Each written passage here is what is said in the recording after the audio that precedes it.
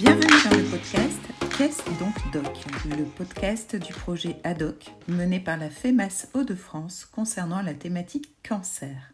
Ce podcast a pour objectif de présenter les acteurs du territoire mobilisés sur la thématique cancer et d'identifier les missions de chacun, ceci en moins de 10 minutes. Je me présente, je suis Ingrid, je suis chargée de projet au sein de la FEMAS Hauts-de-France et en charge du projet ADOC. Aujourd'hui, j'ai le plaisir d'être en compagnie de Caroline Petitpré, qui est coordinatrice à l'espace ressources cancer du littoral, pour nous présenter les ERC, et qui va donc nous répondre à la question « Qu'est-ce donc Doc ?» en moins de 10 minutes. Allez, top, c'est parti. Merci d'être venu aujourd'hui nous présenter les ERC. Mais d'abord, quelle est votre fonction ? Que faites-vous dans les ERC ?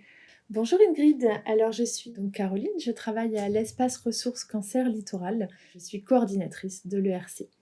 Alors les espaces ressources cancer sont ouverts dans la région Hauts-de-France, il y en a 14 qui existent répartis sur toute la région. Ça correspond à un appel à projet de la région et de l'ARS auquel ont répondu plusieurs établissements de santé du littoral, aussi bien privés que publics. Donc on a l'hôpital de Boulogne, la clinique Côte d'Opale, l'hôpital de Calais, la clinique des Deux Caps. On retrouve également le CHAM à Montreuil et la clinique des Acacias à Cuques. Donc, tous ces établissements se sont regroupés pour répondre à l'appel à projet et ouvrir un ERC sur la région. Alors notre ERC comporte plusieurs antennes. On est donc ouvert à Boulogne, Calais, Berck, Le Portel, Dèvres et Montreuil. Toutes les personnes touchées par le cancer, quel qu'il soit, est la bienvenue à l'ERC. On accompagne aussi bien les malades que les proches. On propose un accompagnement global. On est là pour jouer un rôle d'écoute, d'information, d'orientation et on propose également des activités de soins de support. Alors parmi ces activités, qui sont complètement gratuites, on retrouve de l'activité physique adaptée, de la socio-esthétique, un accompagnement diététique, un accompagnement psychologique, de la sophrologie, du yoga et de la réflexologie. Comment peut-on vous orienter des patients vers vos activités et comment vous contacter ? Alors les patients sont orientés de différentes manières. Ça peut être directement par les professionnels des établissements dans lesquels ils sont soignés. Alors ça peut être l'oncologue, le radiothérapeute ou l'infirmière d'annonce. Ensuite, ça peut être plutôt les professionnels de santé en ville, le médecin traitant, l'infirmière, le kiné, qui peut parler de l'ERC et nous orienter le patient. Ensuite, il y a aussi beaucoup de patients qui viennent à nous directement grâce à la communication et grâce aux bouche à oreille. Alors les patients peuvent rentrer dans le dispositif de l'ERC dès l'annonce de la maladie jusqu'à 1 an après l'arrêt des traitements actifs.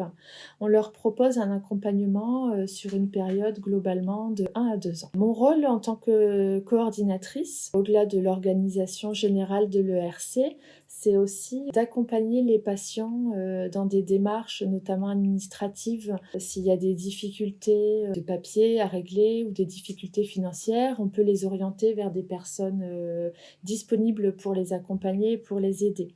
Notre rôle vraiment, c'est de ne pas renvoyer le patient chez lui avec des interrogations. On est là vraiment pour toujours trouver le bon interlocuteur afin de lui faciliter un petit peu la vie dans toutes les démarches qui peuvent se joindre à la maladie.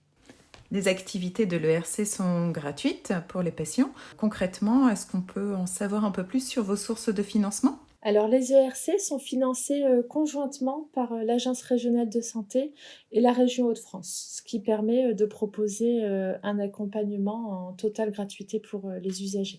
Merci pour cette précision, Caroline. Il semble également qu'on peut vous interpeller et au-delà de ces actions d'accompagnement des patients, vous avez aussi des actions de sensibilisation à l'extérieur des murs et de vos locaux. Oui, alors tout à fait, on peut être sollicité par différents acteurs sur le territoire, en fait, au plus proche de la population. Alors on peut mener des interventions aussi bien dans des collèges, dans des entreprises, mais aussi dans des maisons de santé de ville. Alors on propose des moments de sensibilisation, par exemple au dépistage ou à l'accompagnement pendant et après la maladie. Concrètement, où pourrais-je retrouver vos coordonnées? Alors, vous pouvez retrouver toutes les informations relatives à l'espace ressources cancer littoral sur nos réseaux sociaux, la page Facebook et la page Instagram ERC Littoral. D'accord, merci. Sachez également, chers auditeurs, que nous retrouverons dans la box du projet ADOC l'ensemble des ressources sur la région. Donc, vous retrouverez bien entendu la liste de l'ensemble des ERC, au nombre de 14 dans la région. Vous pourrez également retrouver toutes les informations relatives à l'ensemble des ERC de la région Hauts-de-France sur le nouveau site internet www.erc-du6o-du6france.ars.santé-sans-accent.fr. Je pense que le temps est écoulé. Caroline, merci beaucoup pour cet échange riche et de futures actions partenariales. Merci beaucoup. À bientôt. Merci, Elie.